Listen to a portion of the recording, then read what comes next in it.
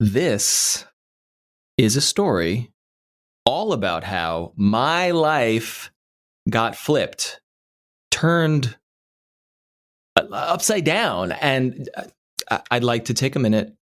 Please, just sit right there. I'll tell you how I became the prince of a little podcast we like to call Colette and Matt have entered the chat. I was like, I feel like I remember this, but from where? And then I was like, oh, I know where. I remember now. When did you know where? Where were you? Where were you in the lyric? It was actually the first couple words you said. I sensed the rhythm, but I could not place necessarily. I was like, I know this rhythm. You know, as you do. As you do. I am Matt, and this is my good buddy Colette, and we're entering the chat. Hello, how are you? We are entering the chat. I am pretty well, actually. I am just kind of hanging out. It's a dreary January, and so I have been actually doing a lot of reading and a lot less gaming lately. But you know, I'm still gaming. Let's be real. I'm still gaming. What a nerd. So, right. I'm calling you a nerd because you're reading books, but also I could be calling you a nerd because you're playing those video games. Those video games. I mean, it could be either of those things, really. Yeah.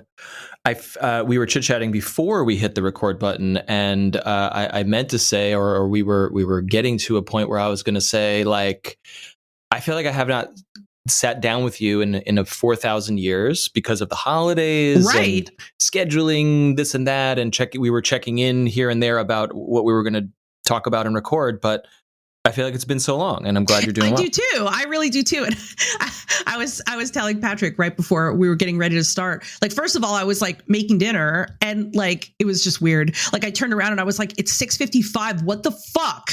Like, and usually I have a pretty good grasp of time, but like as most people will tell you, I feel like there's some kind of connection between the pandemic and the ability to like keep time. Yeah, like sure. No. So like it's been like that. But at the same time, I was just like, okay, work is over. Like, I'm going to go do a few things. I'm going to feed myself. And then like I blinked and somehow that was what was happening. So, but you know what? Yeah. Look, we all, you work in a newsroom ish. Would you call it that now these days? Is that I guess. I mean, that's a really good point, actually. I'm like, what does one call? What does one call working from home but doing news? Yeah, but it's new. But it is news. I guess my point is like the home newsroom. we work in deadline-driven industries. Okay, fair. I'm working on other shows that are like, if this is not out by Tuesday, we have a real like nothing. No one's curing cancer here, but like everything. There are deadlines. There are deadlines, and for this, whatever, man. That's my whatever, policy. Man. Well, that's the nice thing is that, I think from the beginning, your idea, which I think we followed on well, has been, let's do something that's really fun. Let's do something that's, also not like insanely strict and very structured. And I think Correct. we've gotten that, which has been great. Yep. So. You mentioned dreary. Look, I don't want to. We're not doing a weather segment, okay? There's literally nothing worse to talk about than that. But we have not seen the sun in like 2.5 weeks. Oh, dude, kill me! And like, it's I'm not good. ready. I'm ready to. I'm done. I'm out of here. It's rough. But is it similar by you? You mentioned it was dreary, and is it because we're both on the East Coast, but you're much more south than I am. Right. So it is right now. It's a bit dreary right now. It did rain today, and I do believe that we have some rain on the forecast tomorrow. But Christmas week, we actually got like unseasonably warm weather, which was also really weird. Nice. So it was it was weird. It was like 70 something, and it was kind of like. Yeah, it was. I personally was like, this is a bit odd. So it was sunny. That part was cool. But yeah, I don't know. It was odd, a little odd. But I'll take that this year because it's like how many people were like, oh, we're feeling nervous or worried or we're testing or we're making sure. And then, it's 70 degrees. Let's just like eat outside, like. Right. Yes, like we awesome. sat on our porch. I was like, whoa, Beautiful. This is, or not porch, balcony, but I was like, this is crazy, Good. like, but I mean, so I guess, and it was funny because some people were like, it feels weird. Like it's not. And I was just kind of like, honestly, like, yes, it does. But on the other hand, I was like, in a week, we're going to be freezing and we're going to be like, oh, it's so cold. Fuck this. So it's like, I kind of was like, it was weird. But at the same time, I was like, I'm going to try to be happy with what's here now. Good. And I feel like I did, I put on shorts one day and I was like, this is strange. This is extremely strange. But that's okay. It's okay. I'm a little envious. I'm not going to lie. I don't like being cold. And I'm hopefully down where you are. It never gets like bitter cold. Not like I've New seen York it go to the DC. 20s. I've seen it go to the 10s once or twice. Really? Okay. Once or twice. And it snows every once in a great while. Yeah. We're getting hit with snow tomorrow and we already know that school is closed and it's fine. But yeah. It's like the first snow of the year here in New York. We haven't had anything. It's been weird, similar. It's been unseasonably strange. Yeah, a lot of ways. Anyway, thus concludes. It's almost like global warming is real. I don't know. Thus concludes Climate Talk. We'll see you next week. Colette and Matt have entered the climate. I'm so sorry, nerds. I'm so sorry. Whether or not the same. We're also grown-ass adults, so it's like it's hard sometimes to not talk about normal adult things, even though we're nerds. Well, just the extremities of it, of like truly, it was just clouds and haze for 2 weeks straight, and we were like, "Is this the end? Like, is it the end times? Like, are we ever going to get the sun back?" Anyway. Yeah. Anyway, enough of this. Enough of this. We go to video games to get away from this. Yeah, let's go there. So let's go there. Before we get into today's topic of the week, topic du jour, let's check in with our community to see what you are playing. We've heard a lot. I would love to do that. You know why? Because one of my best friends in the world, Pedro Cortez, who I have known since 2007, I believe. Oh, wow. This is a plant. So this is a plant. You paid him to comment. You would think, but it's literally the best thing. Like above that, which is that on his own, he got a Quest 2 as a gift from his fiance for Christmas. And he literally said, after getting a Quest 2, I fall into a VR hole and pistol whip is the shovel. Can you imagine my delight?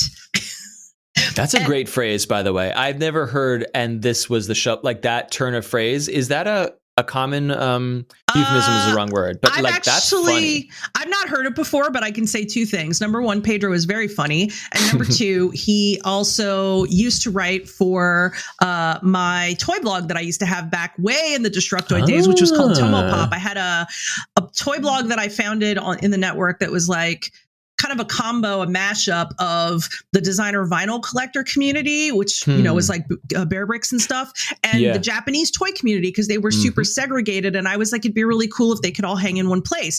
So I founded this cool blog, which I ran for several years, and it actually is now archived within the Destructoid website. But it was like my pride and joy. And Pedro wrote for us, and he is an excellent writer in addition to being one of my best friends. No, he did not pay me to say that. So, me, right? Imagine me, the pistol whip fanatic that I am, relishing these words. It's been a long time since I felt sublime about a gaming experience, but Pistol Whip really does combine so many great elements together. Killer OST, cool visuals, easy to understand, hard to master gameplay. It's a must buy on any headset that allows it. I cannot tell you the level of delight I feel that my very dear friend is enjoying one of my dearest games. And I know what a long, fantastic journey, like getting really into Pistol Whip can be. I'm still in it, and it's been years. So I'm just like so happy for him. So Pedro, if you're listening, I'm so happy for you. And for all the rest of you that own VR and don't have Pistol Whip, for God's sake,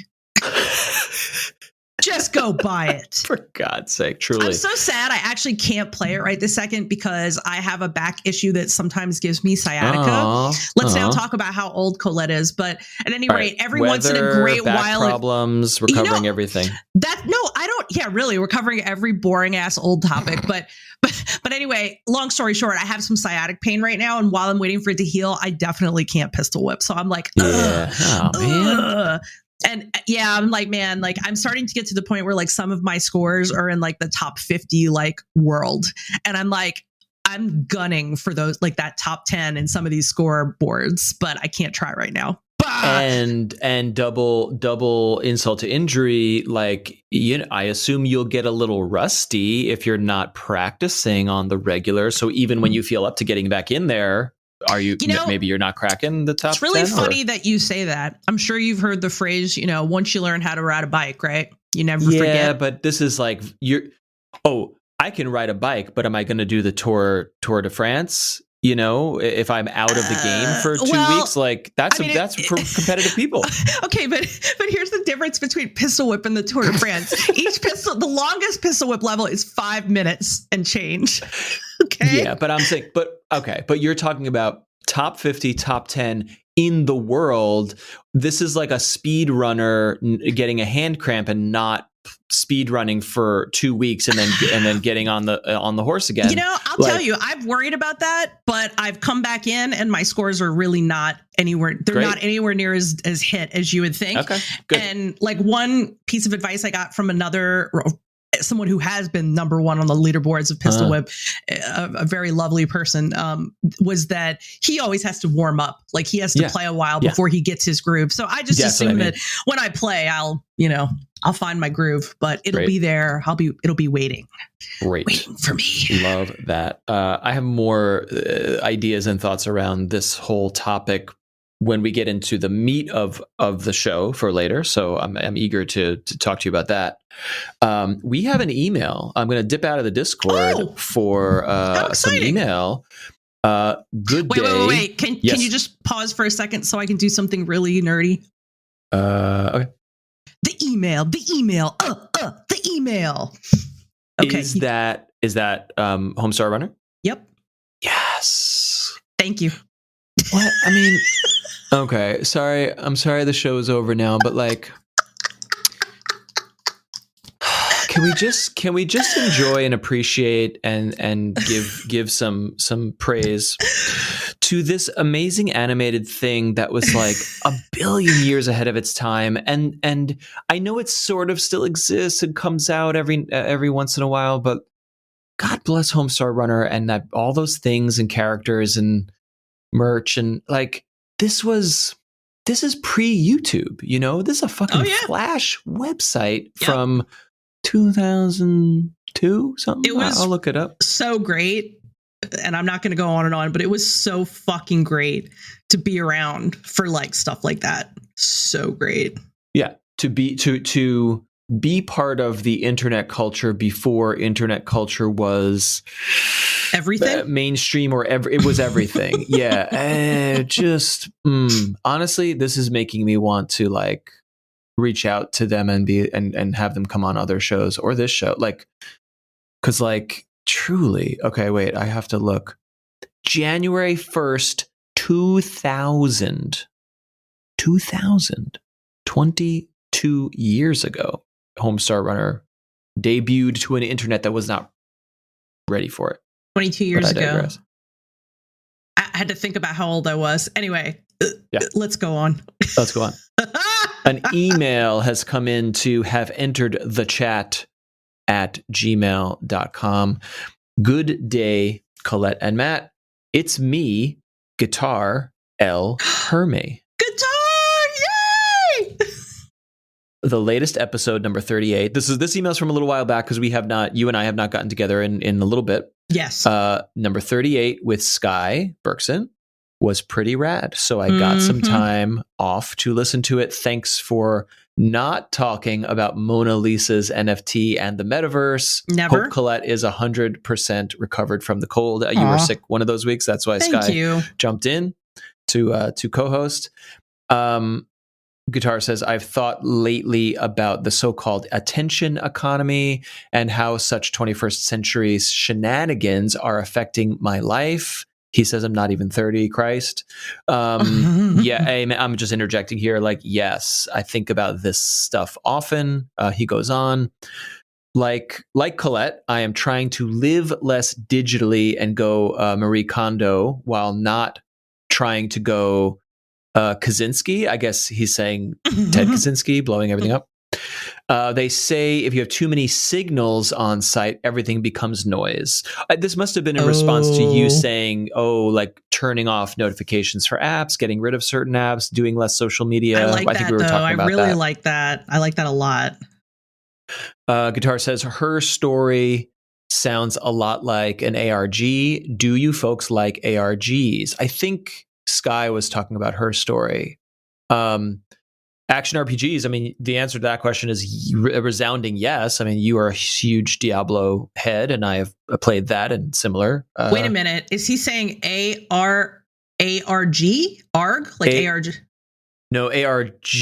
Action. Oh, no. I guess I'm thinking of action role-playing game. So no, guitar ARG. means alternate reality game is what he means. Oh, my gosh. And yeah. It's funny / awesome that he mentions that, because while I've known of them, they've always kind of been like on the edge of my awareness. But I have never really like dug deeper on them. And I met a friend via my job a few months ago who was like, do you know anything about ARGs? And I was like, no. I was like, well, they were like, well, like Microsoft's I Love Bees. And I was like, I remember that from quite a long time ago. But like basically an ARG is like designed to combine real life and like digital gameplay elements together. So for instance, there's a kind of Wikipedia like website that you can dig deep into that is an ARG, and it's trying to think if I have the name of it. I have the name of it here somewhere, but what it is that these people have built like this like comprehensive like world like that you can explore that is like gigantic, like fully formed. If I remember correctly, it's like the concept of it is built around like that there's all this like stuff that the government is hiding regarding like not aliens, but like just weird shit, basically. And to add it that it's not a, hey, download this game and play this game on your Xbox. It is, no, these are just websites that just exist publicly at all times. And when then and then you look deeper and then you start piecing clues together. Is that how it goes? Kind of, yeah. Like the one that they showed me a few, but one of the ones that they showed me that I was like, wow, this is awesome, is a YouTube called Local 58 TV.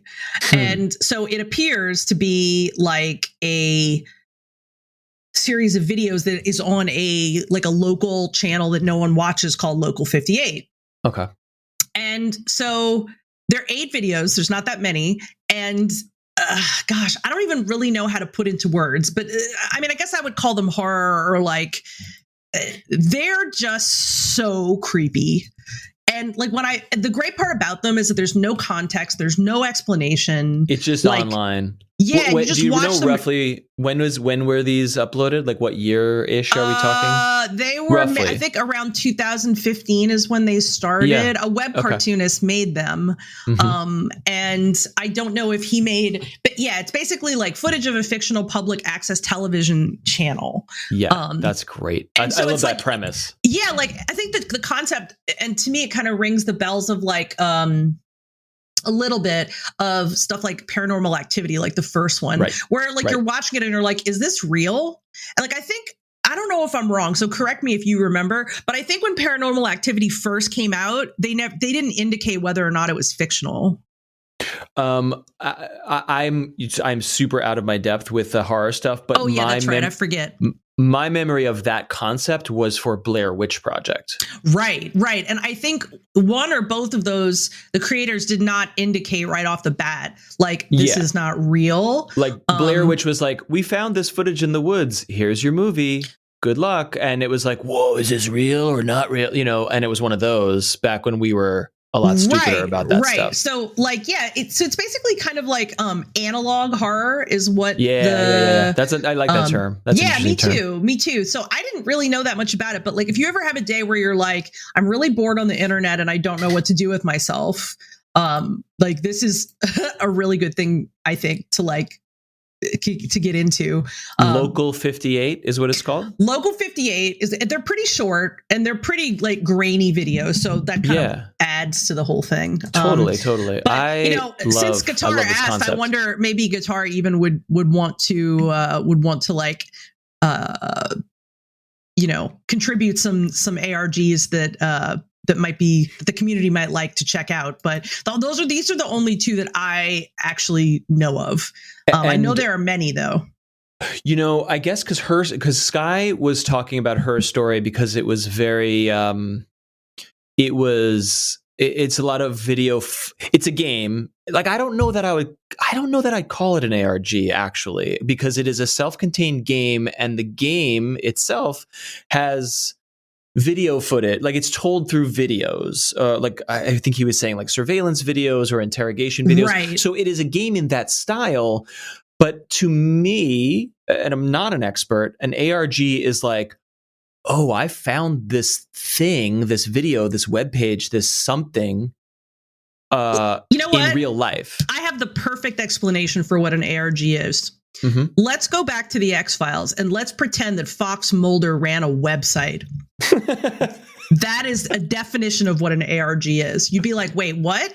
Like topsecretconspiracy.com is like a real ARG that Fox Mulder could have made. If you go there, you'll see videos of aliens starting California wildfires, fake alien coins created by the U.S. Mint, and a video from a science fiction convention where fans are interviewed about the government's conspiracy. Okay, but back up a second here.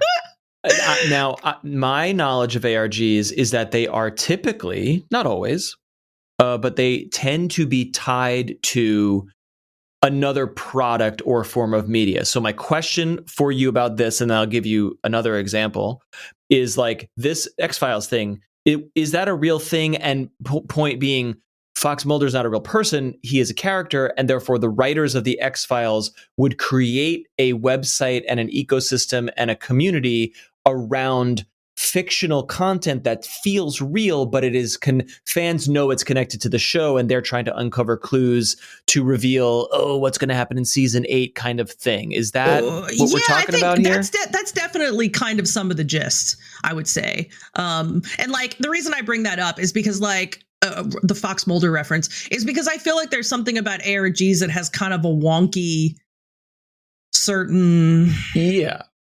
vibe, but an ARG is not necessarily defined by like, it only takes place on YouTube, or it only like some ARGs are websites like Wikipedias that are like deep universes that people have created. They're not real, but people have put so much energy and time into them that they're just like a real, like say fandom or a wiki that exists around a real show or a real thing.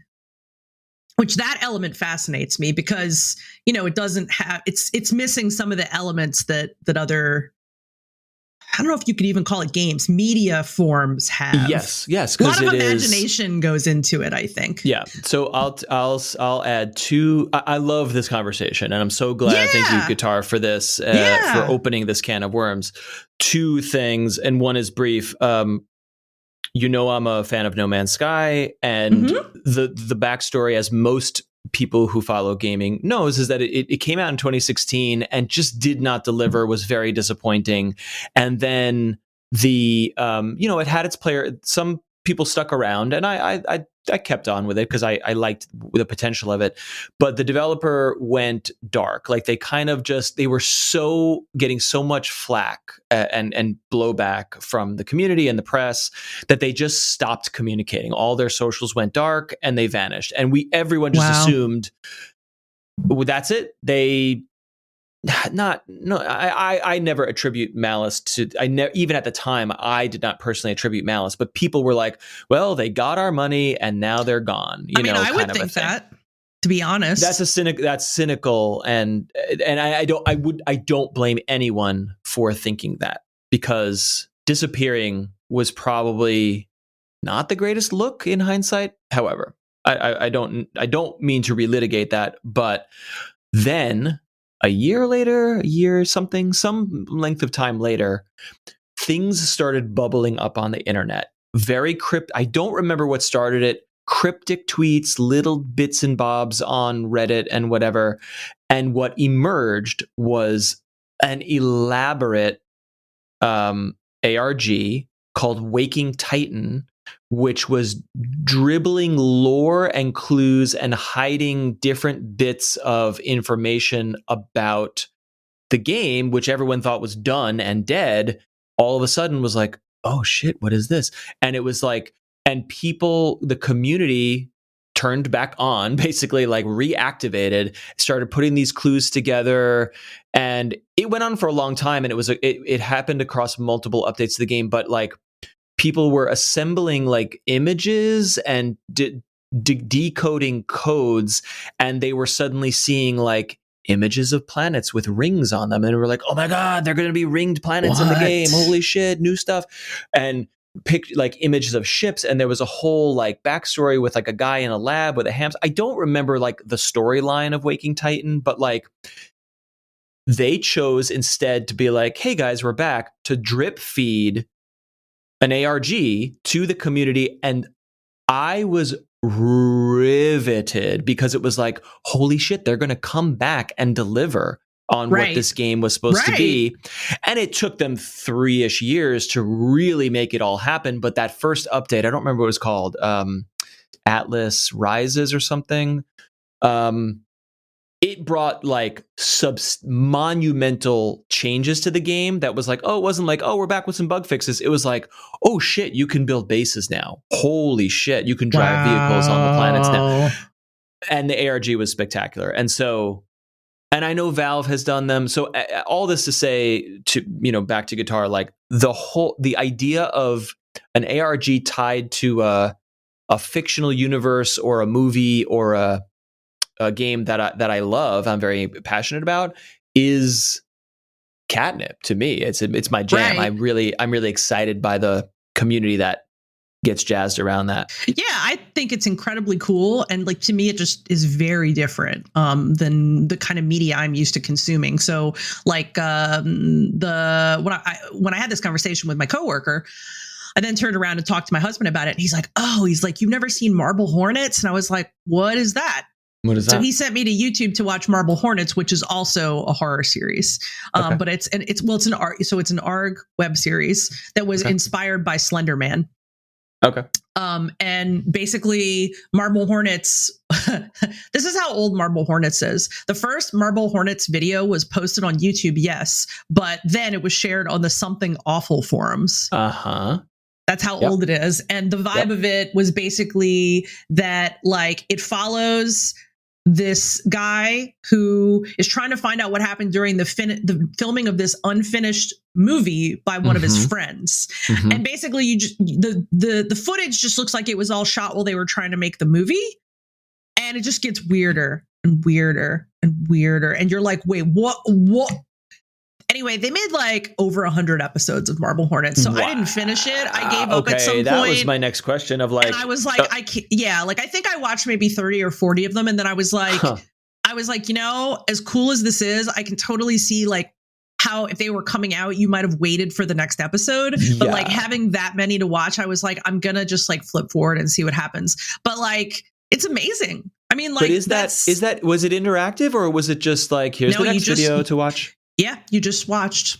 See that you know, not to be semantic, but like I always understood an ARG to be like, no, there is stuff for us to do and connect dots and clues to unlock the next thing or speculate about this or that.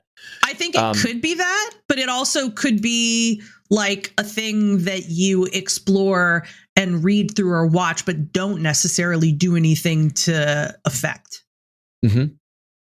At least that's been my understanding of ARGs. So, but anyway, wow. We just talked about ARGs a lot. It's awesome. I have to share one more thing that is related, and buckle up, and I'll try to be brief. But no, it's cool. Like, go for it. This is taking me back, and I'm just pulled it up. It's 9 years ago. I was never a news person. I never wanted to chase news or write news or report on location. I never did that. But this happened 9 years ago. And I was working in a newsroom, but not doing news. And I don't know, we just called it the Reddit code. for lack of a better term. And there was a post on Ask Reddit, and the title of the post, which has since been deleted, but the title remains. Today, a homeless-looking man handed me $50 and this note. Do any of you have any idea what it means? And this user posted a picture of a code. It was if my memory serves, because it's deleted now, it's a square piece of paper with a bunch of gibberish on it, just a bunch of letters and numbers. And asked all of Reddit, they were like, can anyone figure this out? It's weird. And someone or a variety of people used what they are calling a bifid cipher, which is a certain way to crack codes. Ciphers crack codes.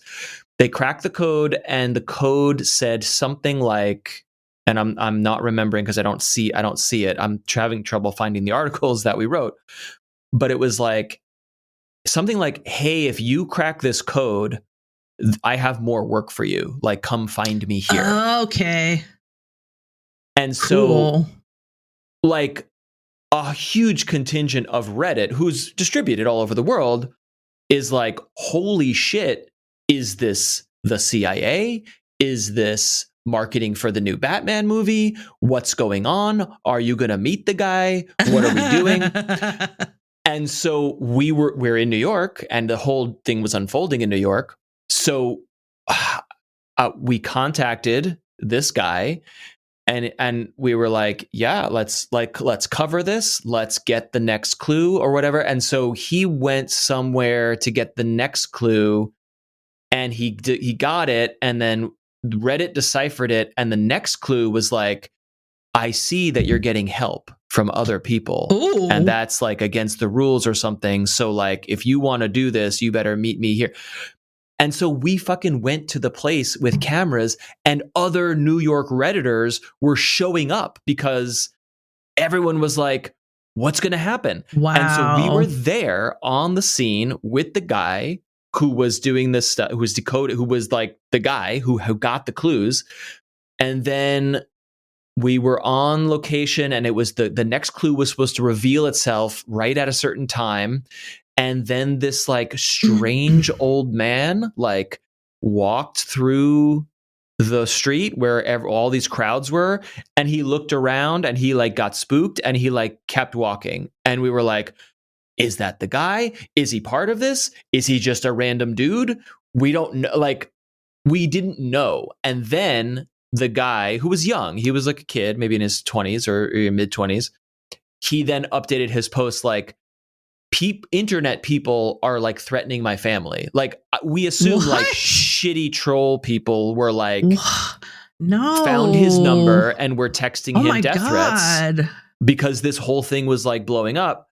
And so he deleted his post, and he's like, I gotta get it. I'm done. I can't be part of this anymore. And he stopped, and the story was over. But this was the craziest, wackiest, creepiest thing I've ever covered in my life, in my career. And it was so like the adrenaline of like running down there with my producer at the time to like just film it and see what the hell we could get.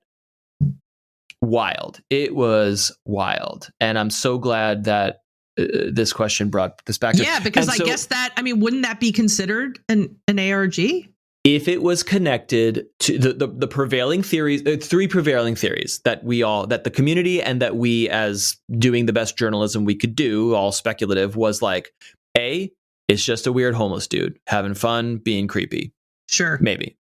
2, truly some sort of, I don't know, recruiting for some organization of some sort. I'm not saying some sort of CIA, government, whatever, but some sort of like, hey, we want to find smart people who, if you can crack this code, come talk to us, kind of thing.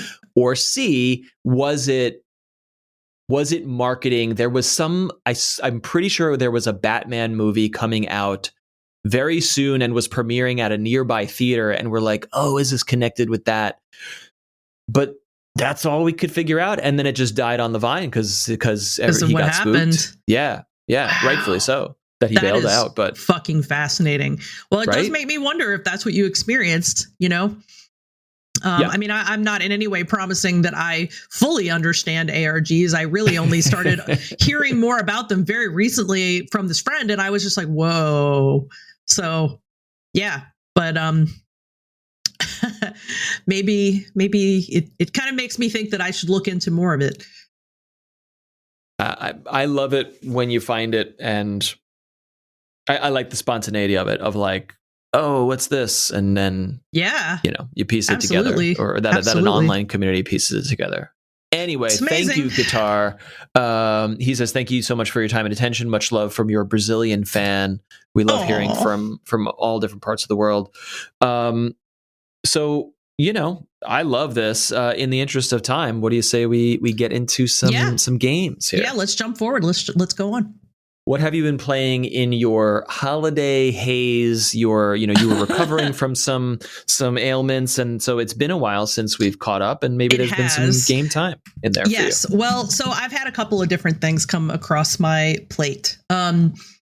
So the thing that I'm almost positive that I hurt myself playing, not because there's anything particularly painful about the game itself, but because I think I just played VR for too long and it might have taxed my body, was a game that I think Patrick actually found it, called Cookout. And Cookout is a VR game that you can play with up to 4 people. Okay. And it is truly adorable, in my opinion. It's got kind of a cartoony aesthetic, and basically you are, suiting up and making food and serving it to, rabbits and foxes and little animals. Yeah, right. You're in a cook's cabin in a fairy tale forest, and so you're serving them stuff. But like Overcooked or any other game of that type, it can be really challenging. It's really fun to play. In my opinion, playing it with a full team is the best way to play it. But I think the difficulty scales up or down a little bit depending. Yeah. I mean, this sounds like overcooked VR mode. I mean, I'm not reducing it, but that's a great concept in and of itself. Yeah, no, right? It totally is. But it's not, I will say this, it's challenging. It's really challenging, but it's not brutal the way that Overcooked is. And I appreciate that, because as much as I enjoy playing Overcooked, there comes a point where it gets so frustrating. I'm just like, fuck this, I give up. I've heard. I never tried it, but yeah. It's frustrating. It's such an adorable game too, but I just kind of wish that sometimes there was just a slightly easier way to play it. There's some modifications. Oh, actually, you know what? They put out a newer one that had, a way to play it that was simpler. And I remember playing it and being like, well, it kind of feels like it's missing a certain element, because it doesn't have. Yeah. So anyway, but this has been really, really fun. It's an adorable game. If you want something to play multiplayer with people, it's great. And if you want to play it alone, you can do that too. You answered my next question. Is it Steam VR? Is it Oculus only? Is it cross-platform? Do you know? I'm almost positive. No. Well, I know. I wonder if it's just, no, Microsoft Windows. I looked it up. Okay. Yeah, so you could play it too. But it's real fun. It's also and it's kid friendly for sure. Yeah, for sure. Yeah. No cursing, nothing like that. No gore or anything. But I was hoping I'm hoping that Oculus and Steam players can play together or that would be so awesome, because honestly, we would jump in with you and play, and technically you can play it seated or standing, so I could technically play it, but well, you do kind of move around a bit, You'll see. It's great. You should watch a video at the very least. I really enjoyed that. I will certainly be checking it out. Good use of great. VR and functional, very functional, not too many hiccups. So I've been playing that. The action of flipping a burger or turning, I haven't seen any footage just yet, but I don't know, cooking stuff with your hands, that's ready to go for VR. That makes a lot of sense, and totally. It's interesting. It does. It works well, and actually, now I don't know if this happens later in the game or not, but at the point of the game that I've gotten to, which I think is about the third world, I've done nothing but make sandwiches. That's been the whole game. So that's really fun. I assume that later in the game, though, you make other foods. because like, or maybe you don't. I don't really know. It might be that I haven't gotten that far. But I mean, that's really okay fun. because like you'll have different types of customers too. So like you'll have like rabbits who kind of look like the rabbit from Alice in Wonderland, where he's like in a hurry and he has like the pocket watch and you have to serve him quick. I mean, to be honest, like the skeleton of this is Diner Dash. Like, yeah. That's the skeleton of this type of game. But I mean, I'll be totally fair. I love Diner Dash, even though it's, Diner Dash. It's one of those games that I'm like, yes, I'm very embarrassed that I enjoy this, but I do. But yeah. So anyway, that's it. I'm going to stop talking about Cookout now because I feel like I'm just going to keep going and going. But that's great. I'm enjoying it. And then the other thing that I'm really enjoying, I don't know that I'm like surprised that this is the case, but I might have mentioned it, I think, on like the last show we did before we went on break. Oh, yeah, you teased one that you were like, I can't talk about this now. Well, I'm not sure if that's what this was or not, but what it is that I found out that there is a Puzzle Quest 3 that was made just for mobile phones. Oh. And Puzzle Quest was always one of my favorite franchises. Like when it came out, I played it to death. I absolutely loved it. I just thought it was so creative. And I just loved the fact that they took, something that, Match 3 was kind of thought of as like, something your aunt or your grandma play on Facebook or something, which of course is not true. Tons of people play them. But like at a time it had that reputation, but they took that and then they mashed it with an RPG and they made something that was like really different and like unusual and fun. Yeah. And I just thought that was so cool, So what they did was they basically took that formula and they cleaned it up and made it all modern looking and they put it on just phones. Okay. And they changed a little bit about the way it works. Like if you, like me, or a person who's followed Puzzle Quest like since the very beginning of the franchise, like you'll know it. You'll be like, oh, right, this is Puzzle Quest. But like some little bits and pieces have changed. Like it used to be that you had your Match 3 board and like you would make a move and then like the enemy would make a move, or like you might make your move and then you go, oh shit, I missed like a really important match, or like, oh shit, there were like skulls there and I could have attacked the enemy, but I didn't because I missed it.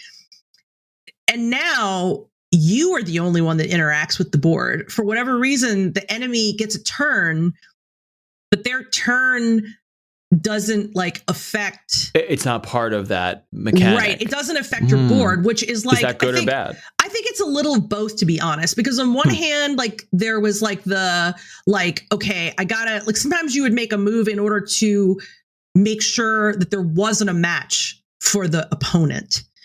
And like, to me, that was like a strategy that I personally enjoyed, Yep. So that's gone, but no, the way the board is affected is that if like, let's say the enemy is like, because it uses like typical fire magic, light magic, dark magic. I was about to say purple magic because it's purple, but like it uses all that stuff. And so, like, let's say you have a board where your opponent is like a red caster and there's a whole bunch of red on the board. If you match red for yourself, you give that red mana to the caster too. So that's how they kind of reset up how they re-toggled it. So, I mean, honestly, I can't really say there's anything bad or good about, like one is better than the other. I just find them to be a bit different, but, it's still strategic. It's not like they dumbed it down. That was when you talked about it, I was like, oh, that seems like you're taking out the main thing there. I do not find it to be dumbed down at all. It's a little bit different. And of course, it's been adapted for the mobile microtransactions format too, which has its own share of, in my opinion, ups and downs. Because I've always been of the mindset that if I download a game for free and I am enjoying the fuck out of my game, oh my God, this is so fun. And there's something that's well worth buying. Yep. I'm like, I'm down. I paid $0 for this. Exactly. Okay, that's fine. But I find that there are so many games that don't really operate well like that. And instead what they do is like, they give you your free game, but they like, in order to really progress at a decent clip, you have to spend money. Yes. And that has always bothered me because it's so obvious what's going on, Yeah. So we've talked about this. Like, free to play has come so far that like Right. it's game development is never easy, but it is. No. We know the formula to make ethical, fair, balanced free to play. And then Right. when you see a game in 2022 that's like not constructed fairly in that regard, you're like, whoa, what the fuck? You know, it's like, Yeah. it's jarring when you see it. Yeah, it really, really is. So, I think, I definitely feel like on one hand, I feel like the progression can be slow when you're not buying stuff.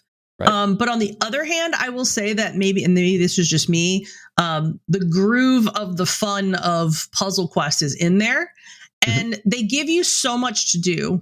So you have a main story, just like the original games, one main RPG narrative. And then you might get to a point where you're not strong enough to progress, just like a real RPG.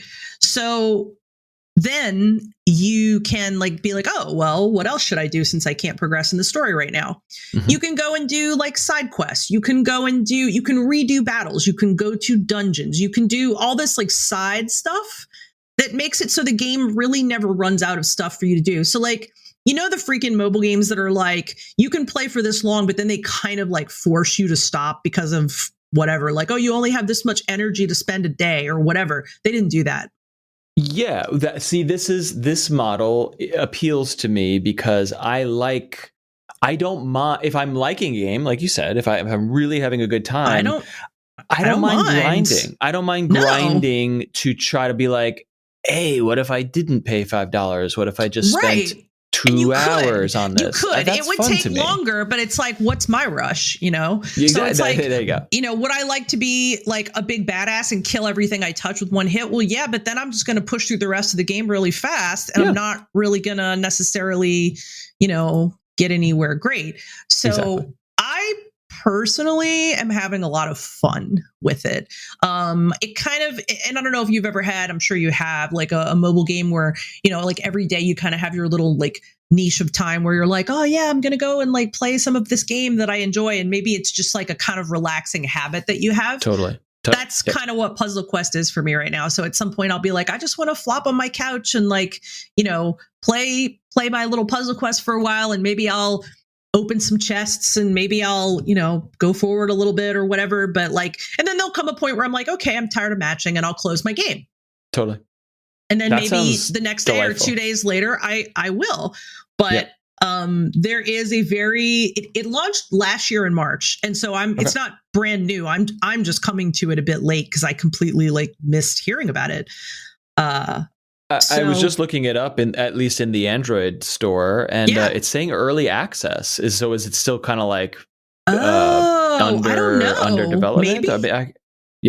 That's a good point. I don't know. It could be. Do you feel it's incomplete? It's not incomplete or missing things. It feels polished to me. But today when I logged in, I noticed that I got a little note with a little bonus of in-game resources, and it was thank you guys for playing. We know that sometimes the game can be too hard and sometimes it can be too easy according to your feedback. Okay. So we want to give you guys some stuff to boost you. And so it was a nice little packet of stuff that I would use to boost my character that would take me, a little while to probably work up to otherwise. Nice. Yeah, and I was that's pretty nice. So yeah, I'm having a really good time with it to the point to where I honestly haven't really picked up anything on a console in a minute. I did get, and this is the last game I'm going to talk about, but I was looking at all these lists of games, game of the year stuff that I may have missed, so it's okay, everyone knows that Deathloop was on everyone's game of the year, and everyone knows that, this game and this game and this game were on a lot of lists, but which ones did I miss? And I love digging and being oh, I totally missed that game, or I totally missed that game. So I haven't necessarily gone and played the games yet that I wrote down on that list. all of them anyway. But one I was really looking forward to. I was about to look on my desktop for it, and I just realized that the icon is gone. So let me open my library so I can tell you the actual name of the game. But I always find that I enjoy this particular type of like a lot of people might have missed this, but you might really like it kind of vibe. You know what I mean? Yep, totally. I'm looking. I mean, it's so memorable that you missed it the first time and forgot about the name of it right now. Oh man. It's a true hidden gem. No, I mean Opus. Here it is. Opus Echo of Star Song. It's what I would call an anime ass looking game. All right. But this is the summary. Echo of Star Song is a narrative adventure game. Ada, a girl who can hear mysterious sound waves known as Star Song, crosses paths with a young man in search of their source. Together, they venture out to the heart of space to unravel an ancient myth. So it's got space, of course. Check. It's got, looks like deep emotional narrative. Check. And it looks like it's kind of a beautiful art. Like really pretty art, aside from the anime aspect, like really, really, really pretty art, and definitely like kind of a like science fiction-y like vibe. I don't remember whose list this was on. I don't think it was IGN's, but it was someone that I respected enough to be like, whoa. And then I read a feature about it on Kotaku, and their list was like, this is a serious contender for my game of the year. And I was like, wow. All right. So it was on sale during December, and I picked it up, and I have been wanting to dig into it and just haven't yet. But it is my jam. It is a Colette ass game. Nice story rich, emotional indie. This is PC. This is PC. Yeah. Actually, I think it might be also on Switch. Maybe. Okay. Yeah, I think maybe it might be. But I'll take a look at it, and also the premise there sounds reminiscent of Jet the Far Shore, which you were also interested in. Yeah, I played Jet the Far Shore over the break, and it made me so sad. Yeah, because it didn't quite click for you. It made me it's gorgeous, but it's literally the exact complaint that every reviewer that played it said about it. The navigation of the ship makes me want to die.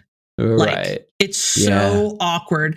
And it's funny because when I was playing it, I was like, I feel like Matt would love this game because it has that like exploratory, like new world kind of vibe to it. But then as soon as I like flew the craft, I was like, no, I couldn't recommend this to a person I liked. Isn't the premise of that of like a religious group that can hear things from space and then they go seek them out or something? It's so beautiful. It's so like it reminds me a little bit of when I first played Journey, not the style, but like how much it stunned you with like its aesthetic and its like world. And I was like, oh my God. And then like I started trying to fly the ship and I was like, I hate everything. So, I don't know if that's going to happen to everybody, but I do know that I'm not the only person who had that experience. Yep. That's a shame. Well, best of luck with that next one on your list. I'm not officially counting it in the show notes here because you have not played it yet. But please report in. You can't technically, but yes, I will probably be talking about it next week. Is my guess. Perfect. I'm looking forward to that. Anything else on your list or in your back pocket? That is the end of my very long list. Your very long list of two games. You've intrigued me on Puzzle Quest because you've talked about it before, and I'm not really a match 3 Tetris-y, what do you call it, Candy Crushy type of person, but the RPG stuff mixed with that seems super fun and chill in a way that is, like you said, kicking on the couch and it works for me. And I'm just going to throw out there, because you said you were interested, that it does have an online / like, you can have like a kingdom and like do online stuff with people component. Okay, I don't have anybody else to play that with. So if you decided to try and wanted to try that, I would be all about it. I do. All right. Let me see if I can fit it in. I don't know. I've been Speaking of, was not on my agenda today, but I'm still enjoying Eve Echoes, which is Eve Online's yay. mobile version, in nice. it's in such a passive way, because it's like there are just these tutorials and goals that are like, mine 700,000 cubic meters of ore, and it's like, all right, well, I'll just fly to this quiet little backwater space system, solar system, where the security level's high. There's no threat. Like, no one can kill me here, and I'll just mine asteroids while I work, and I can achieve these goals and make money in the game. So passively, and there's something really, again, I've talked about it already, but like, you log in, it's this world in your pocket. It's a galaxy in your pocket. And like, people are there, like lots of people are there, and they're talking and things are going on. And I'm part of a corporation where like, and an alliance where like, I'm not doing anything with them, but like, there's always something happening in that little corner of space that I'm very far away from. And you get to see that, you get to see the chat, and I'm just mining asteroids and manufacturing a ship that I happen to like. And I was like, I could buy this ship for 20 million ISK, or I could manufacture it by mining asteroids for a fucking month, because I'm a free to play player. I don't have the good ship. I don't have the good skills. I'm free to play. I'm not paying for this. But you don't really mind. It's very slow and it's very passive. And there's just something about that. I'm digging that. Yeah. So your talk reminded me a little bit of that stuff. Yeah. I like that, like, you're bringing up specifically that like sometimes that groove is what someone wants. Like, there are going to be players who are not going to have, feel patient about that particular thing. Maybe they're really enjoying the game. But yeah, then like there is also the possibility that, not every game is necessarily locking the good parts behind a wall just to force you. Like, I think sometimes I think there can be better planning, I guess, is how I want to say it. For sure. Yeah. Yeah. And I admire the games that do that well. And that, I guess there's probably more conversation to have about the business model and why it works for some and why it doesn't. I would love to learn more about that from an actual developer or like a business person, because it's like, all right, well, in that model, you're probably relying on the whales then to fund everyone else's fun. And that's cool for free to play players, because we get a great game that we don't mind playing slowly. And then there's like 7 people who are spending $8,000 to buy hats so that we can all play the game. And it's like, so who, is that not that it's not that it's not ethical, but is it like, I don't know, that imbalance might be concerning in some free-to-play context. I just don't know enough about it to make a judgment about it or anything like that. Yeah, so no, it's interesting. For sure. Yeah, that really makes me wish I really don't know any mobile developers, and I really wish I did, because I think that'd be a really cool conversation to have. But who knows? Or maybe even, in the future. The Apex Legendses and the Warframes of the world, like those are amazing, especially like a game like Warframe. It's been going for like 10 years and it's incredibly ethical. I have not paid I've said this. I have not paid a dime for Warframe, and it's my most played game of all time across any platform. Wow, that's amazing. And I've never hit a wall that I didn't want to grind my way over. You know what I mean? So it's very fascinating to me. That's great. And they make buttloads of money, because people will pay to just, I want this faster, or I don't want to run these missions 1,000 times, and they just, I think they have said publicly, like, you buy time, you don't buy, advantage or something like that. And that's the right model. I think it makes sense. So interesting. I love it. Well, hopefully at some point we will be able to talk to somebody who will be able to tell us more, because I think it's incredibly interesting. That's my take. Yes. We'll work on that. In the meantime, I'll share two tidbits from my gaming life. One is short, but have you heard of Civilization 6? Oh, that thing. Yeah, I have. This is not news, okay? That Civilization 6 is a great game. I've owned it for a while on Switch because I liked the idea of hey, it's on Switch, and it's also on mobile, like it's on iPads and stuff. Like, oh, I don't have to sit hunched over at a computer for hours, because like Civ is like a game of Civ. If you're going to go all the way, is a 10 to 20 hour commitment, and I like it that way. Right. So then the idea of kicking back on the couch or in bed on Switch was delightful, and I bought it ages ago, and I really liked it and enjoyed my time with it. But I have played Civ 4 a lot. I have played Civ 5 a fuck ton, according to Steam, despite I have almost no memory of it. And that's actually quite alarming to me. I don't know what black hole I fell into that I don't remember playing much of that game. And in all my time with both of those Civ iterations, I have never played a scenario map to completion, meaning you start in 4000 BC and you slowly build up your civilization and your empire. And inevitably, because, I'm just not that amazing at the game, I'm just not good at it because the learning curve is immense.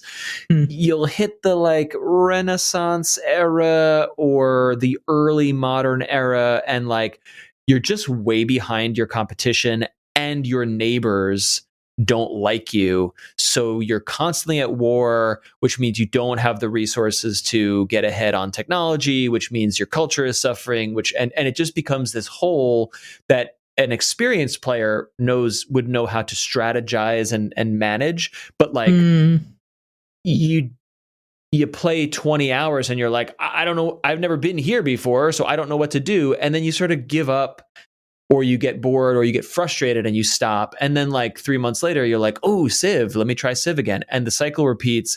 And because you don't play it a lot, you just don't know what to do in the late game. I never had an end game for Civ. I didn't know how to win or survive into the final, eras. Gotcha. And that's not a complaint. It just is what it is. It is what it is. And it's truly the pinnacle of strategy games. Like, I know there have been other, copycats is a cruel word, but many have tried to emulate the breadth and depth of Civilization, and mostly there's only one Civilization as far as I'm concerned. It's tremendous.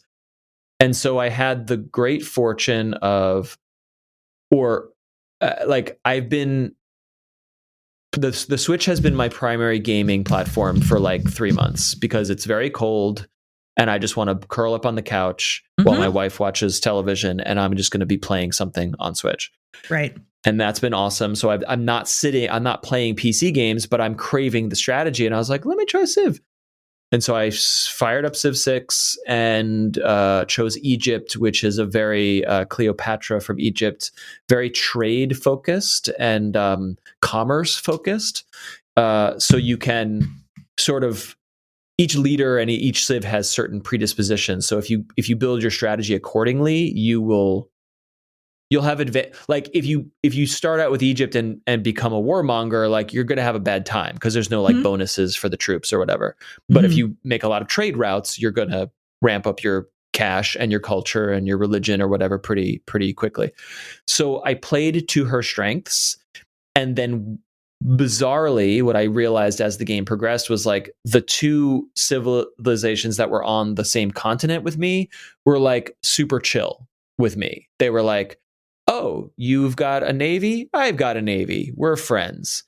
Oh, you like trade? I like trade. We're cool. And they never bothered me. And then China, which was like across the other side of the world, was like, I hate you. I'm at war with you. And I was like, good luck. You'll never get here. So I never suffered any combat, which completely freed me up to bank a ton of cash and buy relics and artwork from other civilizations and achieve eventually I was like, oh shit, I could achieve a cultural victory, which is in Civ 6 is essentially like you are generating more tourism in your empire than the foreign tourism from other empires exceeds the culture of every other empire, which probably doesn't mean anything to those who don't understand the mechanics of Civ. But basically, you have more culture and more people are coming to your civilization to view great art, works of music, archaeological artifacts in your museums. You amass a lot of amazing things that bring people in, national parks and wonders and other things. And I didn't realize that I was doing that, but I was in contention for victory. And then I doubled down on that strategy. And because no one was fucking with me, I got my first victory in a civilization game in like 15 or 20 years I've been playing this franchise. Wow.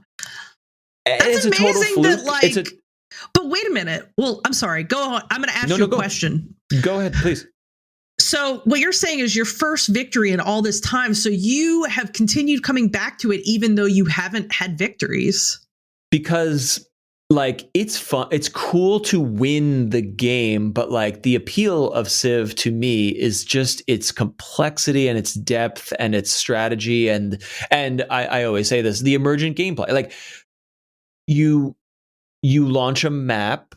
And I always there's all different maps you can set up, but I almost always play like continents, this many like I want the map to feel like the Earth, but not the real Earth. It's like, what if Earth looked like this and Rome was in Antarctica and then go? Like that's how Civ works, And so you start out with a village in 4000 BC and you are slowly uncovering what this continent and later what this world looks like and all the geopolitical, geographic forces that shape the history of human beings over the course of 6,000-ish millennia.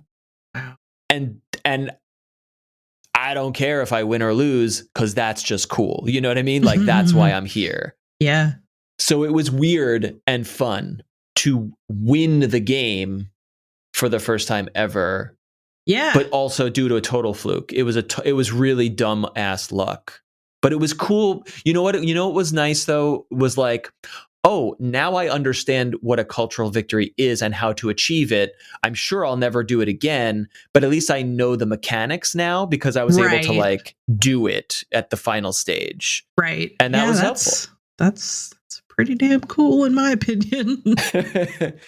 I was talking about it in the Discord a little bit. Like the Switch version is not amazing. The controls are weird. It's a mouse and keyboard game that you play with joysticks and a touch screen. It's fine, but it's not amazing. And like the game is so complex and heavy, even though it's just a board game. Like it's not it's not a 3D. It is 3D, but it's not like you're not playing The Witcher here, whatever. But because it's so complex, like scrolling around the map and zooming in on your units and stuff, like the frame rate is really janky and it's whatever. And as you know, that stuff almost always bothers me to the point where I can't do it. But there's just something about like, oh, I'm just playing this massive PC board game in bed. I don't care. Yeah. That it's not perfect, and that's, I don't know. I'm not patting myself on it. I'm saying good job me for not giving into my psychosis around this kind of stuff. Because normally it's a deal breaker, but it's fucking Civ and I love it. So all that to say, won that game and I was like, all right, the needle is in. Let's go again. I need more of this drug. And I got the Civ 6 has been out for 4 years, maybe more. And there have been 2 expansions. And those who play Civ know that vanilla Civ comes out and it's almost always great.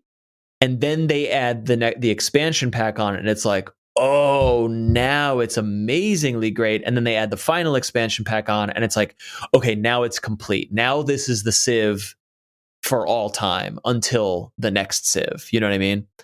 And so there were 2 expansions. One's called Rise and Fall, and one is called Global.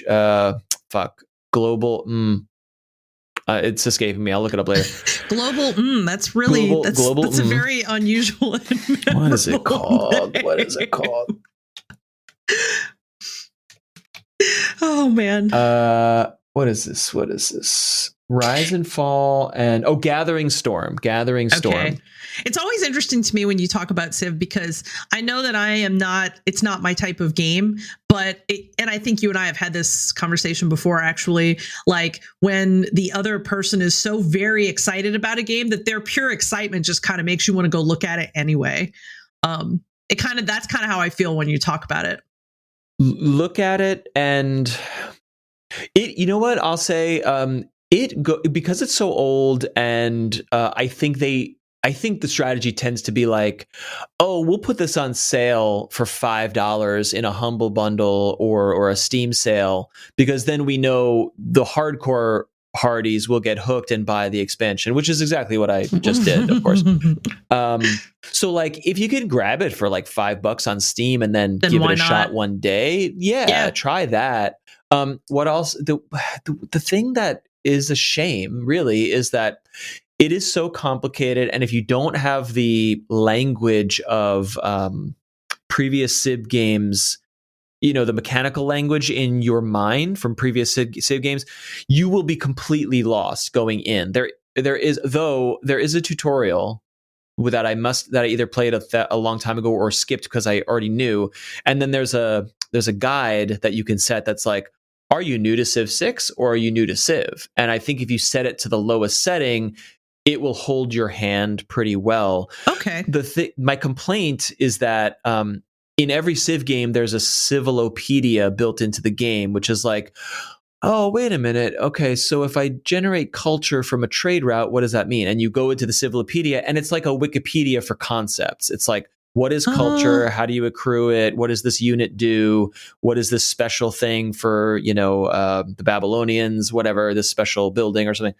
And so you can look up anything. And my gripe with the Civ 6 Civilopedia is like, it never answers the question that I want. It's like, here's one sentence about this unit that doesn't answer your question. So I always end up needing to open up the fan wiki to actually understand what the fuck this thing is supposed to be doing. And so I'm saying all that to say, like, as long as you're not daunted by like having your phone or a web page open at all times to constantly cross-reference what the heck is going on, and you're going to lose miserably the first 20 times you play, then yeah, Civ is great. You know what I mean? Yeah, I don't think any of that is for me, but right. but may I say that I am very happy it's for you in such an engaging way after so long. I appreciate that, and I'm happy that I got the I have the anthology edition upgrade or whatever, which is everything. It's every new Civ, and it's Rise and Fall and Gathering Storm. And the things that I will say is that it really does deliver on the completeness of the Civ experience. And I'm only, a couple hundred years into my new game or whatever, but like Gathering Storm especially, it's sort of a climate change kind of a thing. It has those mechanics, but more importantly, it makes the natural world feel more alive, meaning like there are volcanoes or there are rivers then have floodplains, and it's like, hey, you can build here, but like there's a random chance that this tile, this hex on the grid will flood, and that might do damage to your building, but it also makes the land more fertile for crop growing. So it's kind of like, and there's there's a blizzard happening on this continent and it's moving west. And so the world is more dynamic and alive, which then affects like, oh, I was going to go chase down these barbarians, but there's a blizzard now 6 tiles to the east. So I'm going to wait until that wreaks havoc, and then I'm going to come back to whatever I was doing there. And it just makes things more interesting. One of the expansions is adds like governor systems, so you can kind of like the reason Civ 6 took hold was that it redesigned how cities were laid out, and I won't get too far into it, but it's like in the previous games it was like just build all your just add buildings to your city, and it just makes your city better. And it's one tile, and it's like, now my city has a granary, and now my city has a temple, and now my city has a barrack, whatever. And you're just adding stuff. And in Civ 6, you have to plan districts in a hexagonal system. So you have to say, well, I'm going to put my theater district here, and that's going to have an amphitheater and a museum and an opera house. And then over here, I'm going to have my trade district, but like, I can only really put my trade district here, and that tile is very fertile, has a lot of food. Maybe it has wheat on it or something. So but I really need this district, so I'm going to get rid of the forest here and do that. So it takes a lot of much more pre-planning, and also like knowing the kinds of systems and mechanics that happen in later eras is useful when you're planning your cities in the ancient and classical eras. And that's something that you don't learn until you play a full game all the way through. And you're like, shit, I have no place to put my, I would like to build Broadway here. You can build wonders that are specific to, only one civilization can build the pyramids of Giza or Broadway of New York or whatever. And so, damn it, I would love to build that here, but I don't have enough tiles to put it on or whatever. And I wish I knew this. I wish I knew that my strategy was going to be this, because I would have built this sooner. You know, that's the level of like complexity over like the game you started playing 20 hours ago looks nothing like the world that you are inhabiting 20 hours later. Wow. And so you are constantly adjusting your strategies. So anyway, all that to say is Civ's the expansions add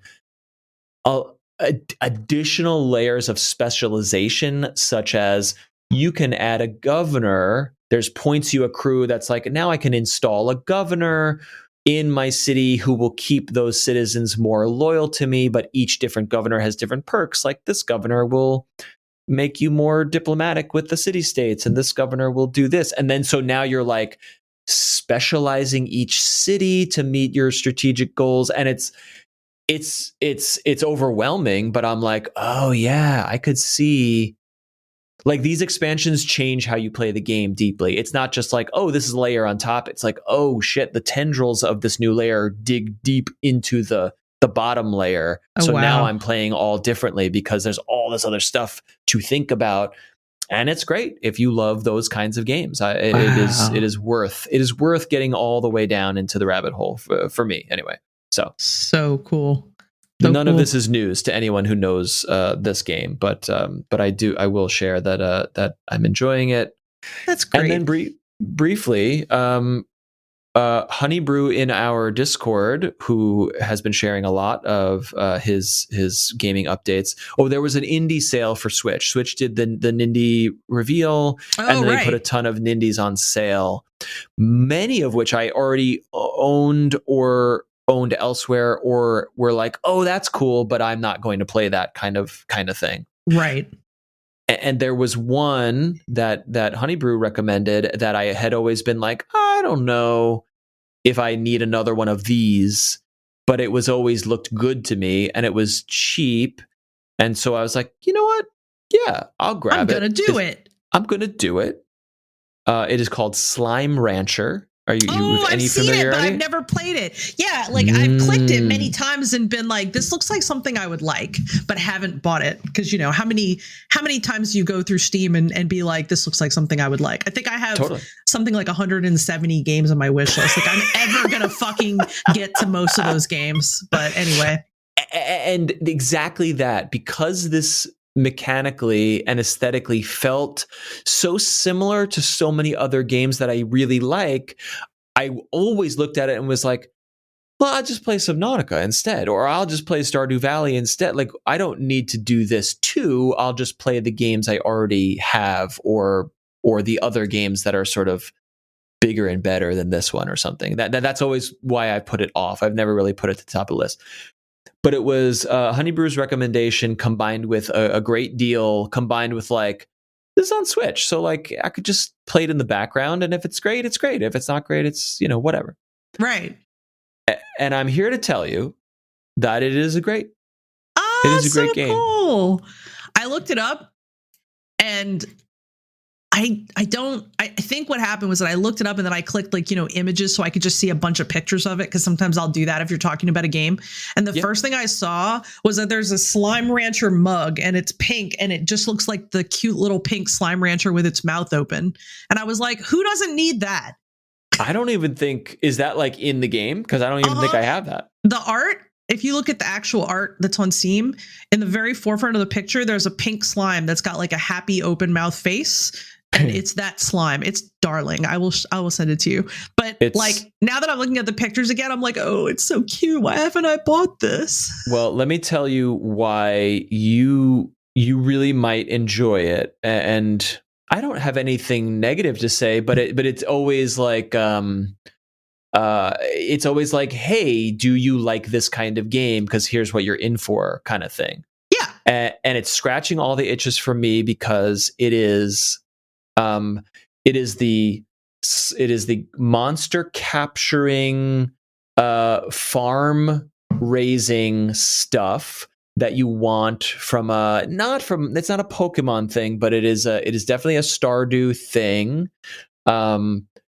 There's the two sides of it, which is you have the ranch, but then you go out into the wild where the slimes are wild, and you have a vacuum pump where you can suck up the slimes and then bring them home to your ranch, and you spend money to create corrals and other systems that keep the slimes contained, but also keep them happy and fed and all the stuff. And each slime has a dietary preference, and the main loop of the game is that you feed the slimes the food that they need, and then they, for lack of a better word, poop out gems. They're called plorts, of course. And you suck up the plorts and you sell them on the plort market. And those, depending on the rarity or progression of the slimes that you are capturing, they go for different value. And there's an interesting, like, some days the value of the pink plorts is up and some days the value is down. So you can play the sort of stock market game of like, oh, I'm going to wait and sell these later to kind of min-max your profits or whatever. But it's all about, much like, actual ranching of a cattle or something, it's all about turning food like vegetables and crops and fruits and chickens too, because some slimes eat meat. And that's the funniest part of, because I've been playing it with the kids and they're like, don't feed the chickens to the slimes, no. Because you just suck up chickens and then shoot them into the slimes and then they get eaten and then they poop out. It's like, it's amazing. Wow. But I haven't even scratched. So now, so I'll put it that there and be like, if this was just like a fun having pet slimes and sucking up their poops kind of game, like that is just silly fun, right, and that would be enough, right? Right. But I'll do you one better in that you come to realize that when. And you see this in the wild, which is how you start to understand what's possible back at the ranch. When a slime A eats vegetables, and you give it a carrot, and it poops out pink plorts, and you suck up the plorts and you sell them. However, if a blue slime eats a pink plort, if it eats the poop gem of another species, it then instantly mutates into a larger hybrid of both pink and blue together. Now, this larger version subsumes the dietary preferences of both, let's call them parent slimes, and the sort of abilities and weaknesses of both. And because it's larger, it poops out double the plorts. It poops out one pink.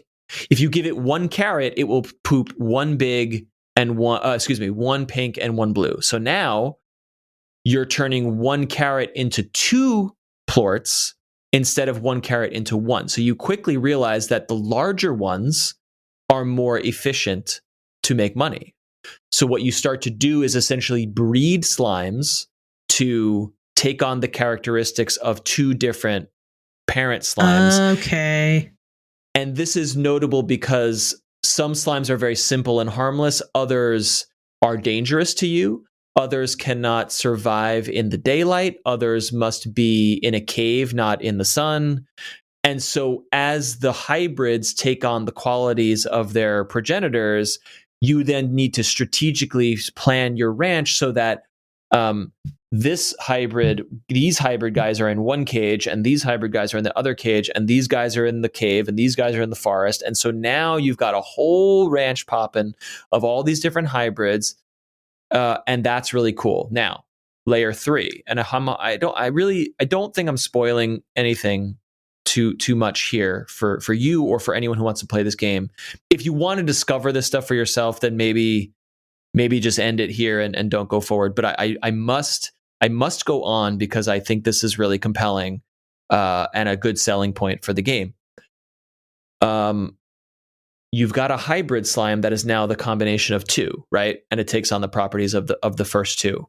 Okay. If a hybrid eats a third kind of plort, they will never eat their own plorts, right? So if it poops out a plort of its kind, it won't eat that. You just collect it and it's yours. Okay. But if they get their hands on a third type, then it will morph into a monster that is dangerous to you and all other slimes, and it will wreak complete havoc in the wild. You see this happening in the wild, which is how you learn about it.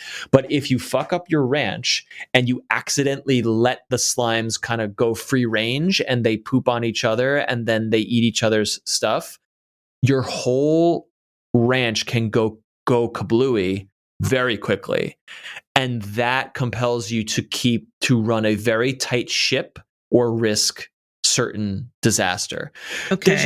There's no fail state. So even if shit goes bad, or even if you sort of die or get knocked out or whatever, you just start back at your home and you can just go back out and collect more slime. Like it's incredibly forgiving. Penalty, there's no penalty. But just so you know, that could be coming. That could be coming. It's not hard to avoid. Like if you know what you're doing when you learn the game mechanics, it's very simple to avoid that. But it's very cool, this sort of metamorphosis mechanic of like one thing leads to the next, and that's better, and then this is better, and this is more efficient, but don't go too far because then holy shit. Or that's actually really cool. So basically, would you always want to avoid taking the hybrid and combining it with the third? Like there'd be no good time to do that. It's just correct. There's no good time to do that. And so what's interesting is if you put I'm not saying all their properties. I'm just going to say pink and blue, right? For simplicity's sake. If you put pink boys and pink girls in pink and blue together into a cage, and you walk away, you'll come back and they will all be pink blue hybrids, because no matter what they eat, they will each poop out their respective color, and then each of the other color will eat the opposite color, and they will all become hybrids for sure, no matter what, like by design. So meaning if you mix any groups, they will mix no matter what. And so sometimes you do that on purpose, and sometimes it happens by accident, and then you have to sort of separate things out so that they're not mixing a third time, if that makes any sense. I think it does. Yeah.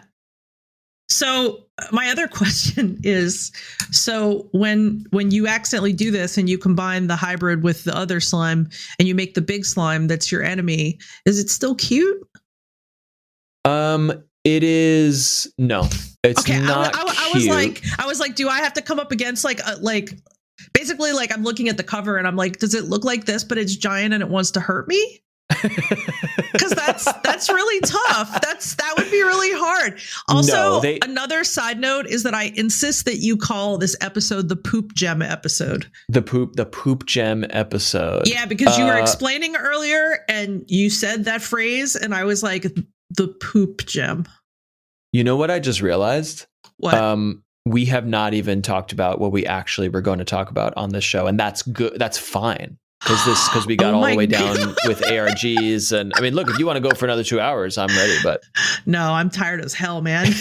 I'm way too old for that, but I guess next show we now have a plan. So whoops, we have a plan. So I kind of queued this episode up, and now I am going to change it to the poop gem episode. So yes, that's thank you very much. A very good point. I have named it the poop gem episode.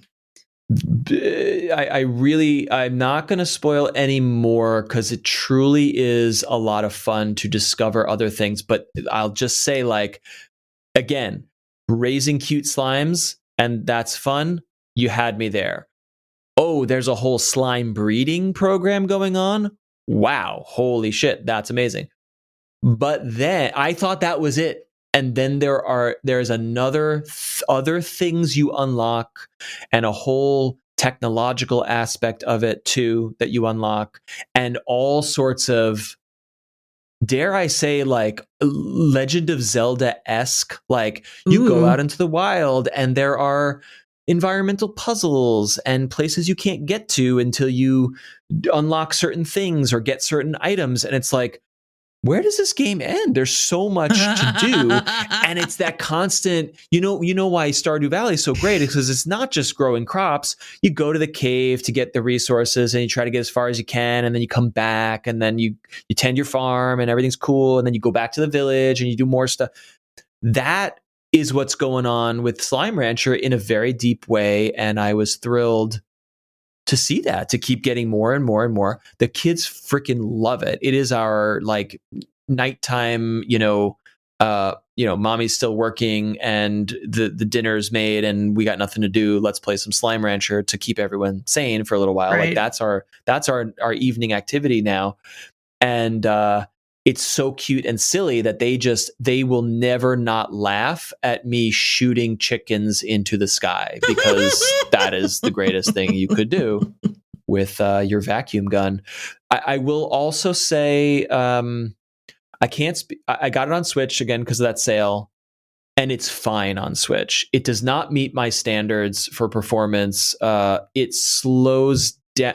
I think it is bopping between 60 frames and 30 frames liberally, which I don't love. I wish they would just be like, this runs at 30 and it's fine. And then also, I think it is V-syncing every other frame. So like panning the camera left and right it's just choppy, for lack of a better word. Right. But because the pace of the game is so frenetic, and it's so like you're like running from one side of the ranch to the other, you're jumping over chasms and jetpacking here and there to like get different places, like you really don't feel it, and that performance jankiness fades into the background. I assume the PC version is much better.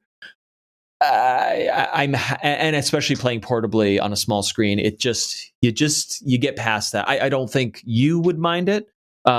I do mind it, but it's just so damn fun and cool and easy. And I'm glad I got it on Switch, because like you just turn it on and you're playing with the kids. That's great for me. I don't want to be like, hey kids, let me turn on my computer, then change to the other monitor, then sync my controller, then turn on the TV. No, I just want to go and vacuum some slimes on the Nintendo Switch, and it's great. It's really great. So highly recommend Slime Rancher. Oh, it is called. I just want to go vacuum some slimes is the runner-up title for this episode. There you go. It is the plortable edition, because the plorts, yes. And to clarify to anyone who might be confused, as I was, I had assumed, there's like some slimmed down version for Switch, or maybe all the features are not there. As far as I understand, it is 1-to-1 parity with the console and PC versions. It's just reduced in graphical fidelity and frame rate, but it still is really fun to play. Yeah, that's awesome. Okay. This has been the conversation where I go, okay, yeah, I think I'm gonna buy that game. Yeah, get it, have fun with it. Eager to hear your impressions of it and the things that you find compelling or charming or whatever about it. Because I mean, it's one of those where you're like, Gem. You really you're did. like, oh, oh, it does this. Oh, it does this too. Oh, look at that. Oh, you know, it's one of those, you know? Yeah, that's the kind of stuff I love. Well, I mean, you, like I said, you had me at poop gem. And shout out to Honey Brew in the Discord, because he was the one who was like, oh, yeah. Oh, of those Nindies on sale, check out Slime Rancher. Get this. Love it. Yeah. Love it. Sage advice.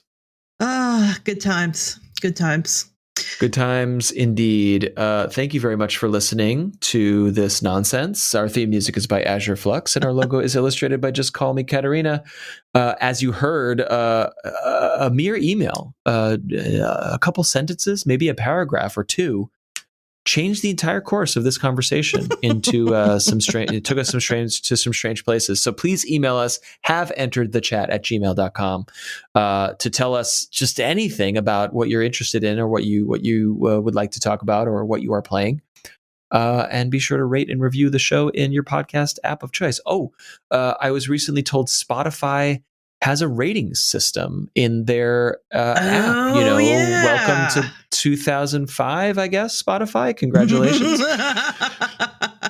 I don't think you can put reviews, but you can leave a star rating. So if you are enjoying this, can we get some stars? Get some stars in there. I've been told from other listeners to other shows that it's only in the mobile app. So I don't know what that means exactly. But if you're on the Spotify, open it up and see if you can give us a star or a thumbs up or something. If you're on the Spotify, we sound like old people. Do you have the Twitters? Do you have that? Look, we talked about the weather and back problems for the 85% of this podcast. So you tell me. Oh boy, it was a good time. That's all I could say. It was still a good time. Amen. We will talk at you the next good time. Bye. In just 1 week's time. Bye.